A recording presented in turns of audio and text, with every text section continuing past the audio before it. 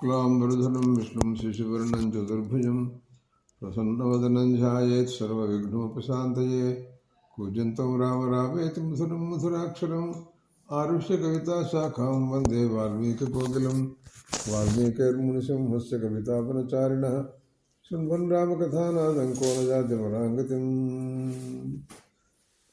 यः कर्णाञ्जलिसम्पुटैरहरः सम्यक् पिबत्यादरात् वाल्मीकिर्वदनारविन्दगलितं रामायणाख्यं मधु जन्मभूयाधिजराविपत्तिमरणैरत्यन्तसोपद्रवं संसारं सविहाय गच्छति पुमान् विष्णोः पदं शाश्वतं वैदेही सहितं सुरद्रुमतले हैमे महामण्डपे मध्ये पुष्पकमासने मणिमये वीरासने सुस्थितम् अग्रे वाचयति प्रभञ्जनसुते तत्त्वं मुनिभ्यः परं व्याख्यातं भरतादिभिः परिवृतं रामं भजे श्यामलम्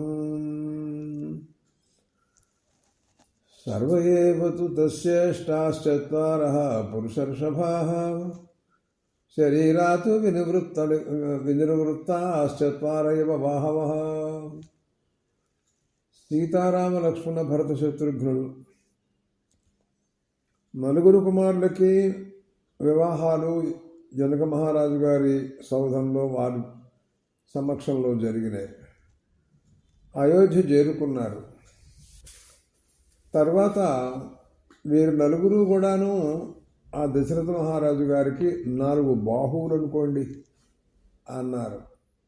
2 బాహువులు ఉంటాయి మామూలుగా మనుషులకి, కానీ ఒక బాహు అంటే ఒక మనిషికి చాలా బలం కదా, అలా దృష్టితో మాట్లాడినమాట. తేషామపి మహారాజా మహాతేజ రామో రతికర పితు స్వయం భూరిభూతానాం బభూవ గుణవత్తరః. ప్రపంచంలో బ్రహ్మదేవుడు అందరికీ ఏ రకంగా చాలా గౌరవనీయుడు, ముఖ్యుడు, సృష్టికర్త అనే గౌరవం ఆయనకి ఎట్లా ఉంటుందో, అందరూ ఆయన ఎలా పూజిస్తూ ఉంటారో అట్లా నలుగురిలో కల్లా రాముడి యందు అంత గౌరవం, అంత ప్రేమ, అభిమానాలు దశరథ మహారాజు గారికి ఉన్నాయి. సహజం కూడాను, ఆయన చాలా గొప్పవాడు.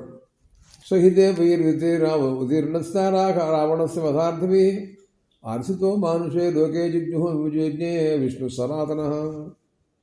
అసలు దేవతలందరూ కలిసి వెళ్ళి బ్రహ్మగారిని కోరారు, మహావిష్ణువుని ప్రార్థించారు, మీరు భూలోకంలోకి అవతరించాలి, రావణాసురుడు వధించకపోతే చాలా చికాకులుగా ఉన్నాయి అనంటే సాక్షాత్తు మహావిష్ణువే భూలోకంలోకి అవతరించారు. కౌశల్యా సుజుభేతేన పుత్రేణ అమిత తేజస యథావరేణ దేవానాం ముదిర్వజ్రపాణిన. అదితి దేవేంద్రుడు ఆయన్ని చూసుకుని అదితి ఎంత ఆనందపడుతూ ఉంటుందో, కౌశల్య కూడా అలాగే రాముడిని చూసుకుని అంత ఆనందపడుతూ ఉంటుంది.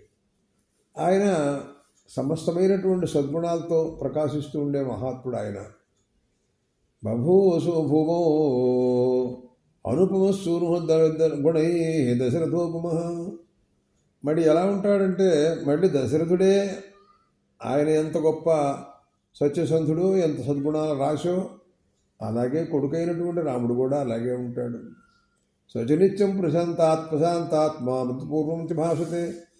ఆయన ప్రశాంతంగా ఉంటాడు ఎప్పుడూ కూడా.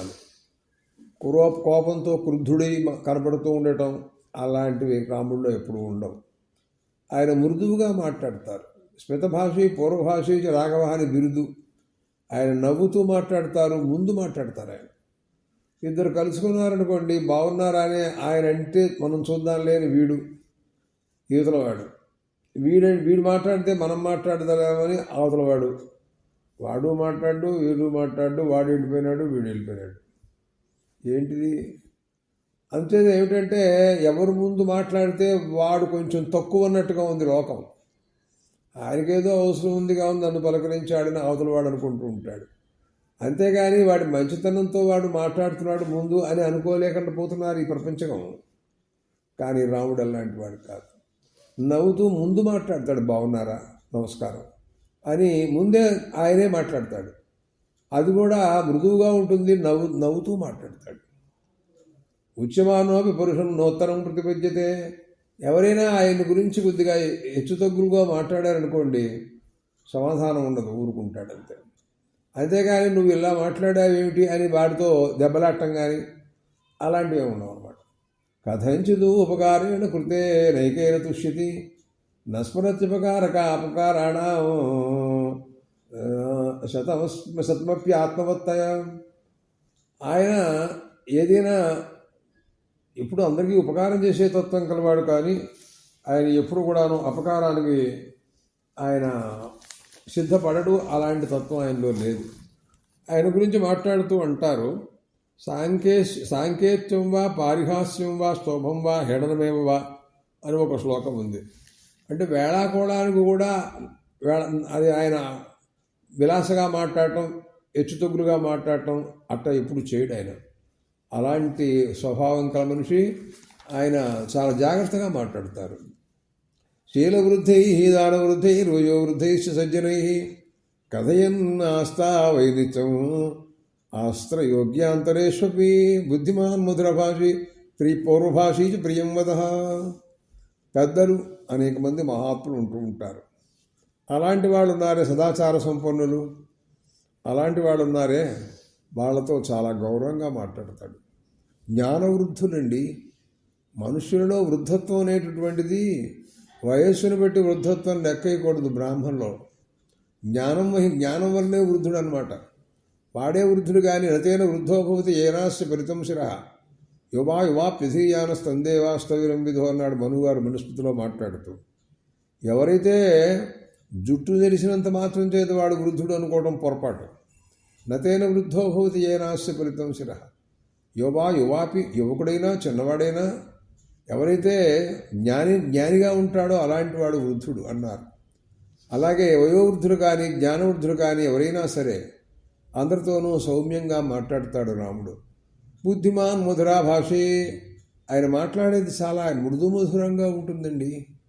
చాలా ఎంతో మృదువుగా మాట్లాడతాడు. పూర్వభాషి ప్రియం వద. స్మితభాషి పూర్వభాషి అన్నాం కదా, ముందు మాట్లాడతాడు. వీర్యవాన్ నచ వీర్యేణ హతాస్వేన విస్మిత నచ అనృత కథో విద్వాన్. ఎన్నడూ ఎప్పుడు కూడాను అబద్ధమాటం అనేటటువంటిది ఎప్పుడూ కనపడదు ఆయనలో, మనం చూడలేము. అలాంటి వాడు. వృద్ధుల్ని పూజ చేయటం, పెద్దవారంటే చాలా గౌరవిస్తాడండి. ప్రజలందరూ కూడాను రాముడి పట్ల ఎంతో అనురాగంతో ఉన్నారు. రాముడంటే ఎంతో గౌరవం. ప్రజల్ని ఈయన ఎంతో గౌరవంగా చూస్తూ ఉంటాడు. రాముడు అది క్షత్రియుడు కదా, అలాగే ఉండాలి. సానుక్రోధోజిత క్రోధ బ్రాహ్మణ ప్రతిపూజక. బ్రాహ్మణ పట్ల ప్రత్యేకాభిమానం, అందరినీ చాలా గౌరవించే తత్వం అయింది. ఆయన క్రోధాన్ని జయించిన వాడండి.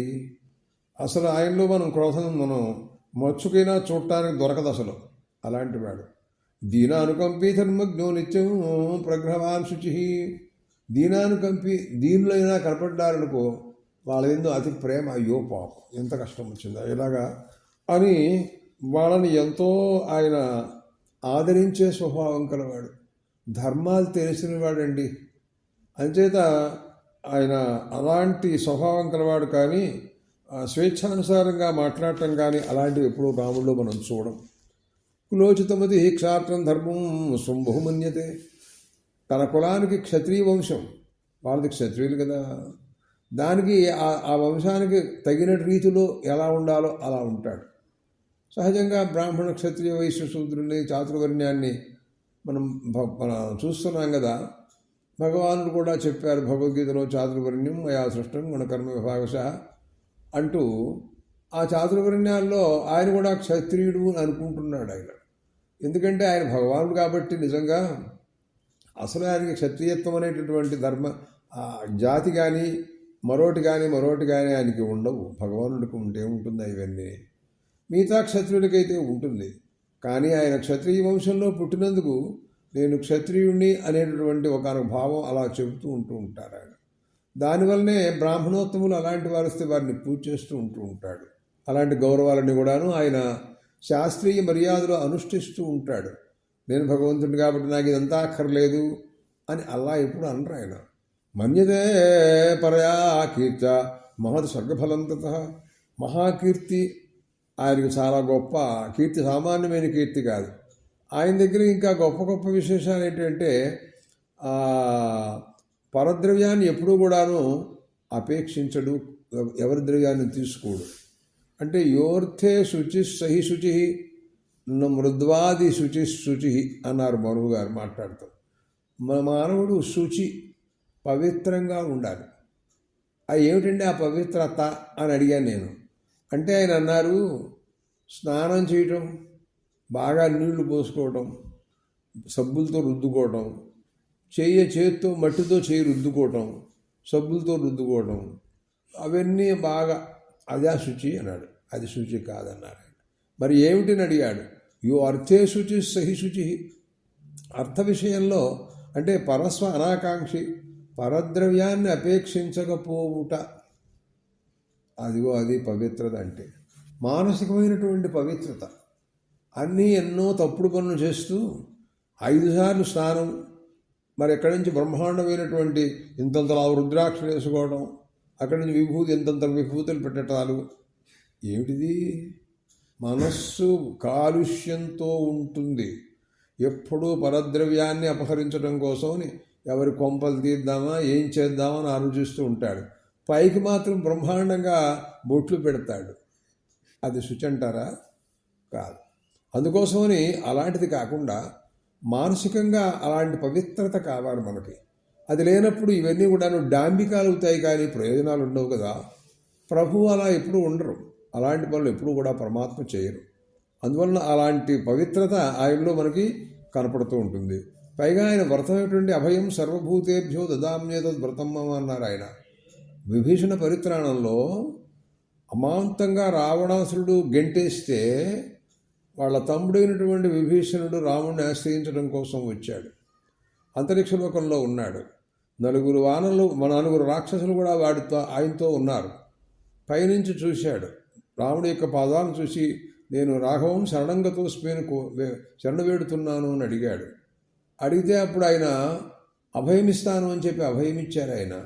అదిగో అలాంటి అభయం ఇవ్వడంలో రాముడు ముందుంటాడు. అంతేకాని దాని గురించి అందరూ కూడాను అభయం ఇవ్వద్దు అని చెప్పారు సుగ్రీవుడు మొదలైన వాళ్ళందరూ కూడాను. కారణం ఏమిటి అంటే, మనం ఎవరి కోసమని ఇక్కడికి వచ్చామో, మనకు ఎవరైతే శత్రువు ఉన్నాడో రావణాసురుడు, వాడికి సోదరుడు. ఎన్ని చెప్పినా సోదరుడేనండి. గుణాలు తేడాలు ఉంటాయి కదా. వాడికి వాడంతో వీడు అంతే అని లోకం అనుకుంటూ ఉంటుంది. చూడండి ఆశ్చర్యం. వాడు పరమదరిద్రుడు, వాడు రావణాసురుడు. మరి దాంట్లో భక్తుడైనటువంటి విభీషణుడు ఎలా పుట్టాడండి? మరి ప్రహ్లాదుడు ఎలా పుట్టాడండి? అలాంటి వాళ్ళు రాక్షసుల్లో కూడా ఉన్నారు కదా.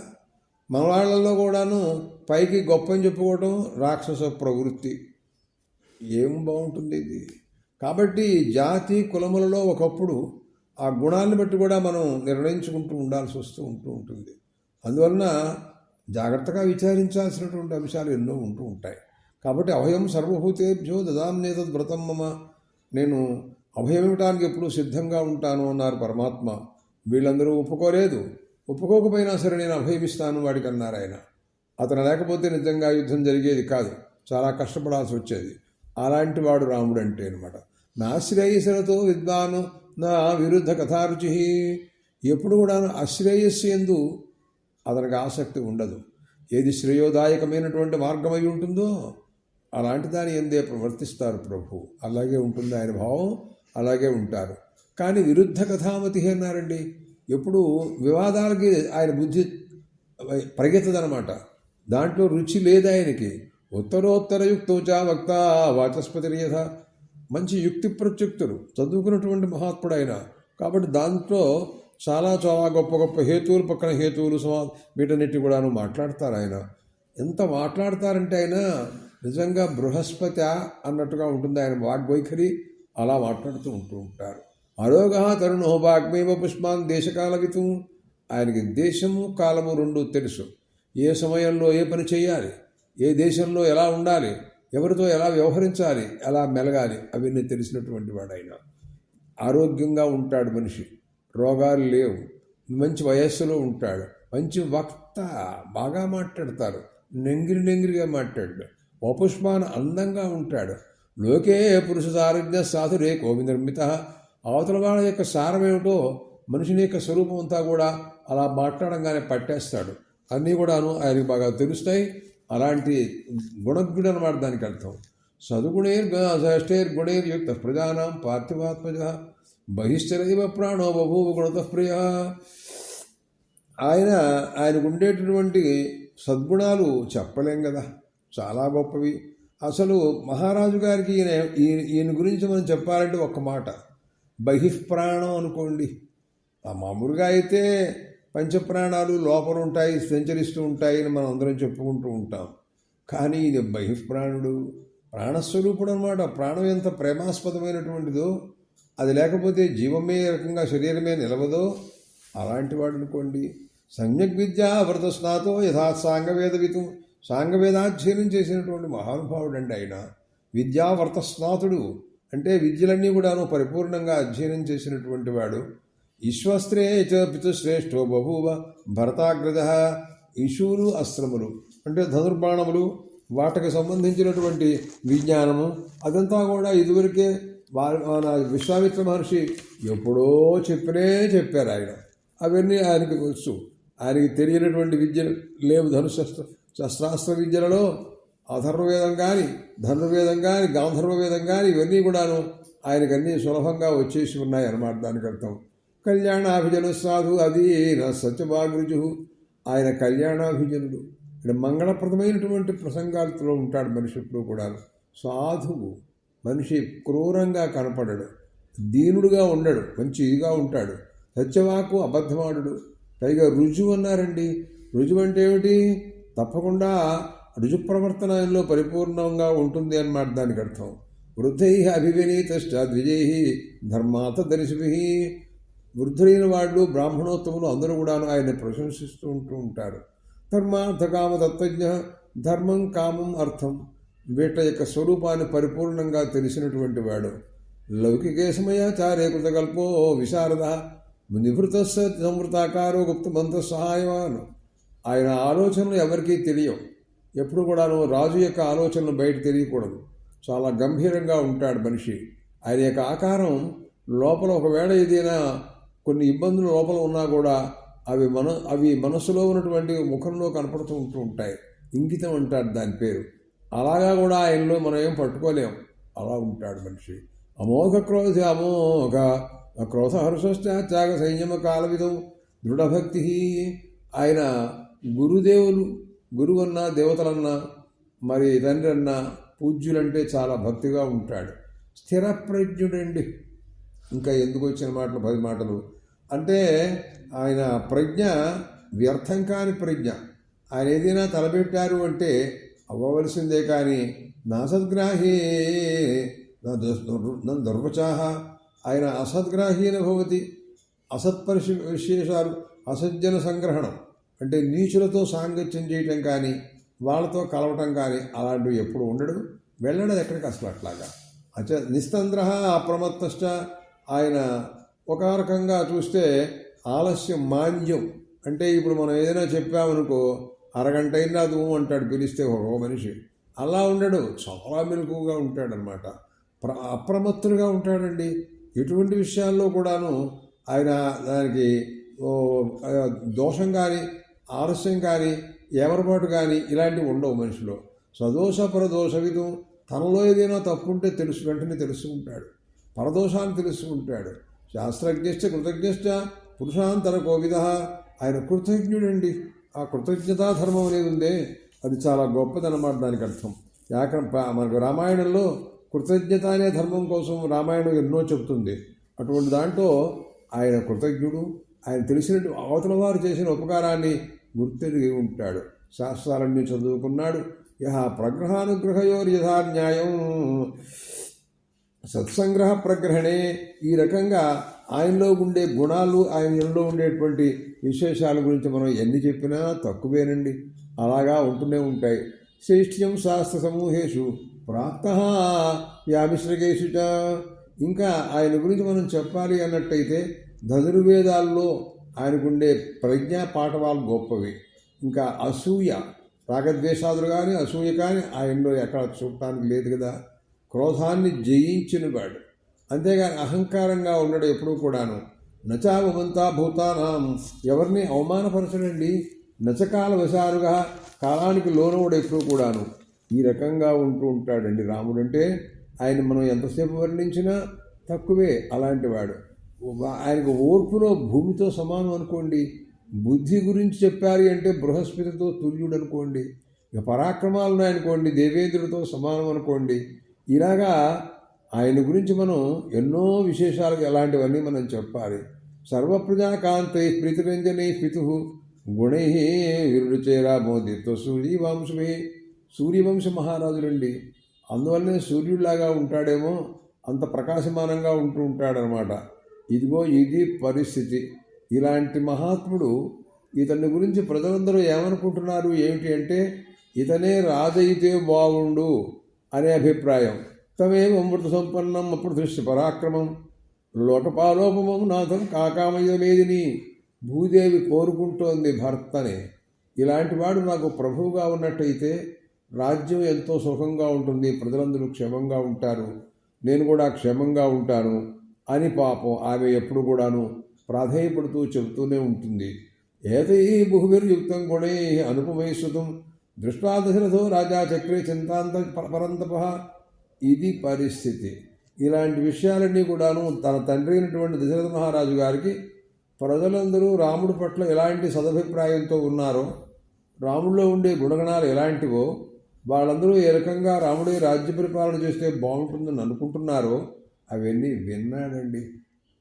అప్పుడు అనుకుంటున్నాడు, ఏమో నేను ఎంతకాలం జీవిస్తాను, పెద్దవాడిని అయిపోయినాను కదా, నేను చూస్తూ ఉండగానే యువరాజ్య పట్టాభిషేకం చేస్తే బాగుంటుందేమో అని ఆయన ఆలోచనలోకి వచ్చాడు.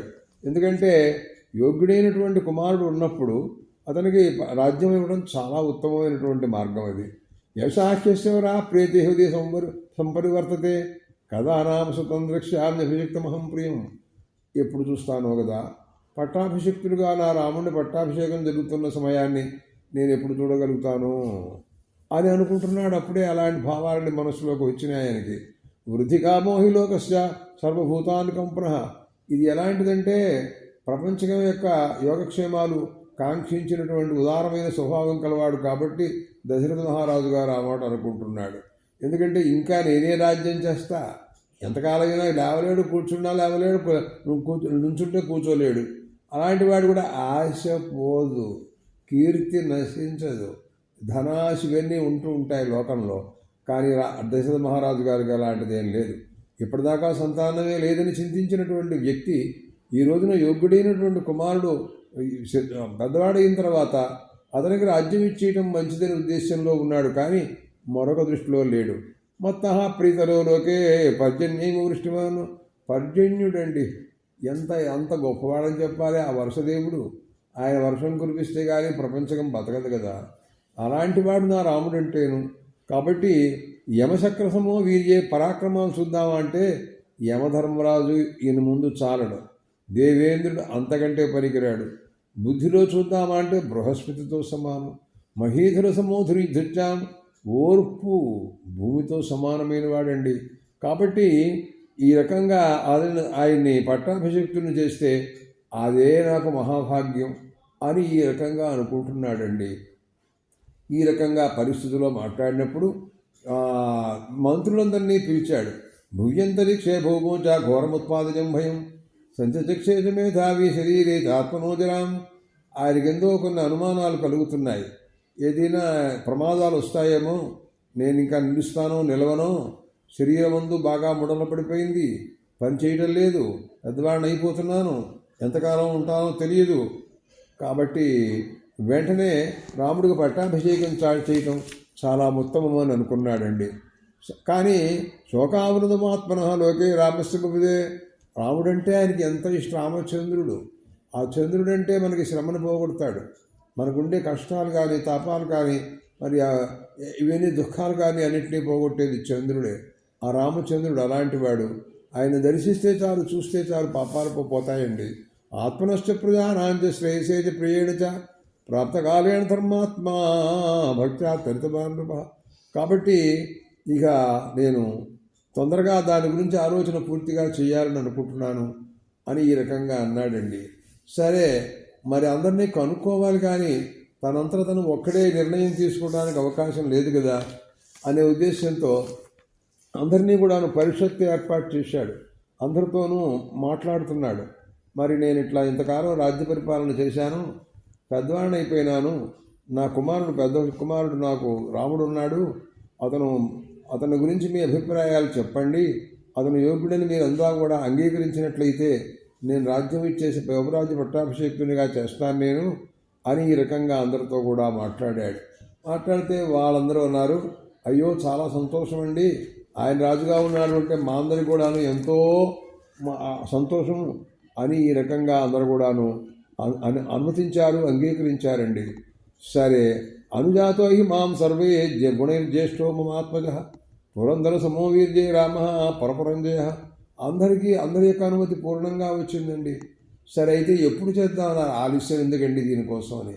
పుష్యమీ నక్షత్రం రాబోతోందండి బాబు, ఇది చాలా గొప్పది, పుష్య సర్వార్థ సాధక అన్నారు. కాబట్టి వెంటనే ఆ యువరాజు పట్టాభిషేకం చేయడం చాలా బాగుంటుంది అని అనుకున్నారు. అనురూపస్వై నాథో లక్ష్మీవాన్ లక్ష్మణాగ్రజ త్రైలోక్యమపి నాథ్యేన చేశాత నాథవత్తరం. వాళ్ళు ఆయనతో వాడు లక్ష్మణుడు కూడా ఉన్నట్టయితే ముల్లోకాల్ని జయించాలన్న అవలీల వాళ్ళకేం పెద్ద కష్టమేం లేదండి అని ఈ రకంగా అనుకుంటున్నాడు. తర్వాత మాట్లాడుతూ కూడాను యజ్ఞప్యేషామమ ప్రీతి ఇదమన్యద్విచించదాం. సరే, అందరూ కూడాను అంగీకరించినట్టుగానే నేను భావిస్తున్నాను అని ఆయన మాట్లాడుతూ అన్నారు. బ్రాహ్మణా జనముఖ్యాశ్చ పౌరజానపదేశ సమేత్య మంత్రయత్నాతు సమగతా బుద్ధయ ఊచుష్టమనుసా జ్ఞాత్వా వృద్ధం దశరథం రూపం. నువ్వు కూడా పెద్దవాడు వినావు, మరి మీరు కూడా వదిలేయటం చాలా మంచిది అని అందరూ ఏకగ్రీవంగా చెప్పినటువంటి విషయం అన్నమాట. ఇక్కడ అంటాడు, ఈచ్ఛామోహి మహాబాహుం రఘువీరం మహాబలం గజేన మహతాయాంతం రామం ఛత్రావృతారణం. అందరూ అంటున్నారు, మేమందరం కూడా శ్రీరామచంద్రుణ్ణి ఆ గజం మీద ఊరేగిస్తూ ఉంటే ఆనందంగా చూడాలని, ఛత్రచామరాలన్నీ ఆయనకి పట్టుకుని ఆయనతో పాటు మేమందరం కూడా వెళ్ళాలని మరి ఎంతో చాలా సంతోషంగా మేమందరం కూడా ఆలోచిస్తున్నాం. కనుక తప్పకుండా మీరు వెంటనే పట్టాభిషేకానికి తగినటువంటి ఏర్పాట్లన్నీ చేయొచ్చు అని ప్రజల యొక్క ఆదరణ, వారి యొక్క అనుమతి పరిపూర్ణంగా లభించింది. ఇంకా ఆయనకి పట్టాభిషేకం చేయడం కోసమని ఆయన సిద్ధమవుతున్నాడు.